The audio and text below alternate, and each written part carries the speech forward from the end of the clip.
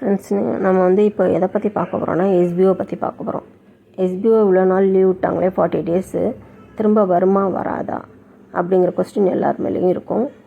அதுக்கு தான் ஆடியோ கொடுத்துருக்காரு நோட்டீஸ் போர்டில். எல்லோரும் வாட்ச் பண்ணுங்கள். 21 மினிட்ஸ் கொடுத்துருக்காரு ஆடியோ. பொறுமையாக கேளுங்க, என்னென்ன சொல்லியிருக்காருன்னு நீங்கள் தெரிஞ்சுக்கலாம். சப்போஸ் அங்கே போய் பொறுமையாக பார்க்க முடியல, நீங்கள் வீடியோவில் சொல்லிடுங்க, ஆடியோவில் சொல்லிடுங்க அப்படின்னு சொன்னால் நான் இங்கே சொல்கிறேன், நீங்கள் கேட்டுக்கோங்க. ஆக்சுவலாக சங்கர் சார் என்ன சொல்லியிருக்காருன்னா, இப்போ வந்து ப்ரைவேட் கம்பெனியாக மாற்ற போகிறதுனால அதுக்கு ப்ராப்பராக நல்லா ஒர்க் பண்ணணும், நிறைய வேலைகள் இருக்குது. ஸோ அதனால் லீவ் வந்து இன்னும் எக்ஸ்டெண்ட் ஆகும் அப்படின்னு சொல்லியிருக்காரு. ஸோ அது எத்தனை நாளுங்கிறத நெக்ஸ்ட்டு சாட்டர்டே அவர் கண்டிப்பாக நோட்டீஸ் போர்டில் வந்து சொல்லுவார். அதுக்கப்புறம் வந்து ஆன்லைன் கிளாஸஸ் நடத்திட்டு இருக்கால ஷேர் மார்க்கெட்டு, அதோட அமௌண்ட் இன்க்ரீஸ் ஆக போகுது.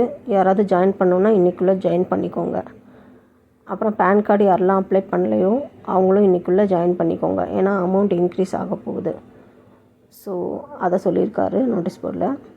நெக்ஸ்ட்டு வந்து என்ன சொல்லியிருக்காருன்னா, எல்லாருக்குமே அமௌண்ட் ரீஃபண்ட் கொடுக்க சொல்லியிருக்காங்க பேங்க்லேருந்து. ஸோ நம்ம கட்டணும் இல்லையா 6000, அதை வந்து ரீஃபண்ட் கொடுக்குறதா இருக்காங்க. அது எப்போ கொடுப்பாங்கன்னு தெரியாது, பட் ஆனால் கண்டிப்பாக வந்து ரீஃபண்ட் கொடுக்குறதா இருக்காங்க.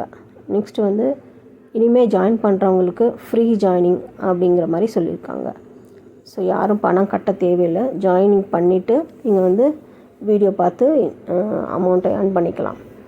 அதில் சில டேர்ம்ஸ் அண்ட் கண்டிஷன்ஸ் கொடுப்பாங்க, அது மாதிரி நீங்கள் ஃபாலோ பண்ணி வீடியோ வாட்ச் பண்ணி நீங்கள் ஏர்ன் பண்ணிக்கலாம். நெக்ஸ்ட் வந்து அப்கிரேட் வந்து பண்ணுறதுக்கு ரெஃபர் கண்டிப்பாக பண்ணணுமா அப்படிங்கிறது கட்டாயம் கிடையாது அப்படின்னு சொல்லியிருக்காங்க. ஸோ உங்களுக்கு வந்து ரெஃபரும் கண்டிப்பாக கிடையாதுங்கிற மாதிரி சொல்லியிருக்காங்க. சப்போஸ் வந்து இப்போ இத்தனை நாள் நம்ம ரெஃபர் பண்ணி வச்சுருக்கோமே, அது என்ன ஆகும் அப்படிங்கிற கொஸ்டின் உங்களுக்கு வரும்.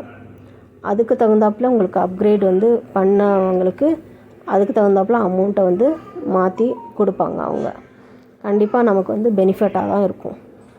இனிமேல் ஃப்ரீயாக ஜாயின் பண்ணுறாங்களே, அவங்க நிறைய பேர் ஜாயின் பண்ணி விட்ருவாங்களே, அப்போ அவங்க நம்மளோட வந்து அப்கிரேட் ஆகிடுவாங்களே அப்படிங்கிற டவுட்டு கூட இருக்கும் உங்களுக்கு. அதுலேயும் சில டேர்ம்ஸ் அண்ட் கண்டிஷன்ஸ் வச்சு தான் அவங்க வந்து பண்ணுவாங்க.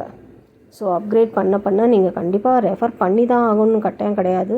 ஆனால் உங்களுக்கு அமௌண்ட் இன்க்ரீஸ் ஆகும் அப்படிங்கிற மாதிரி சொல்லலாம், இல்லைன்னா டேர்ம்ஸ் அண்ட் கண்டிஷன்ஸில் ஏதாவது சொல்லலாம். அதை வந்து நெக்ஸ்ட்டு தான் நமக்கு தெரிய வரும். ஸோ அதை வந்து பொறுமையாக நம்ம வந்து வாட்ச் பண்ணணும். அதுதான் இப்போ நோட்டீஸ் போர்டில் அவர் சொல்லியிருக்காரு. ஸோ நீங்கள் வந்து நோட்டீஸ் போர்டை கரெக்டாக வாட்ச் பண்ணிட்டே வாங்க. நெக்ஸ்ட் வீக் கண்டிப்பாக வந்து அவர் எல்லா இன்ஃபர்மேஷனும் கொடுப்பாரு. ஸோ நோட்டீஸ் போர்டை எல்லோரும் கண்டிப்பாக வாட்ச் பண்ணுங்கள் ஃப்ரெண்ட்ஸ். வேறு உங்களுக்கு ஏதாவது டவுட் இருந்துச்சுன்னா என்னோடய நம்பர் வந்து நான் டிஸ்கிரிப்ஷனில் கொடுக்குறேன், நீங்கள் காண்டாக்ட் பண்ணி எனக்கு கேட்டுக்கலாம்.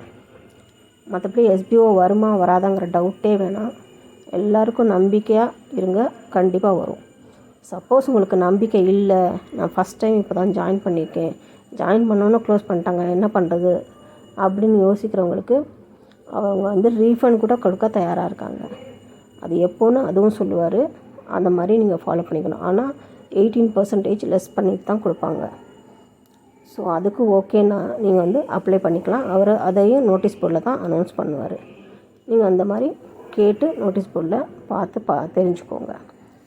ரீஃபண்ட் வாங்கினீங்கன்னா, ஒன்ஸ் நீங்கள் ரீஃபண்ட் வாங்கிட்டீங்கன்னா நெக்ஸ்ட்டு வந்து எஸ்பிஓவில் ஜாயின் பண்ணவே முடியாது. அதனால் அதை ஞாபகத்தில் வச்சுட்டு கண்டிப்பாக நீங்கள் யோசித்து நீங்கள் அந்த முடிவை எடுங்க, ஓகேங்களா?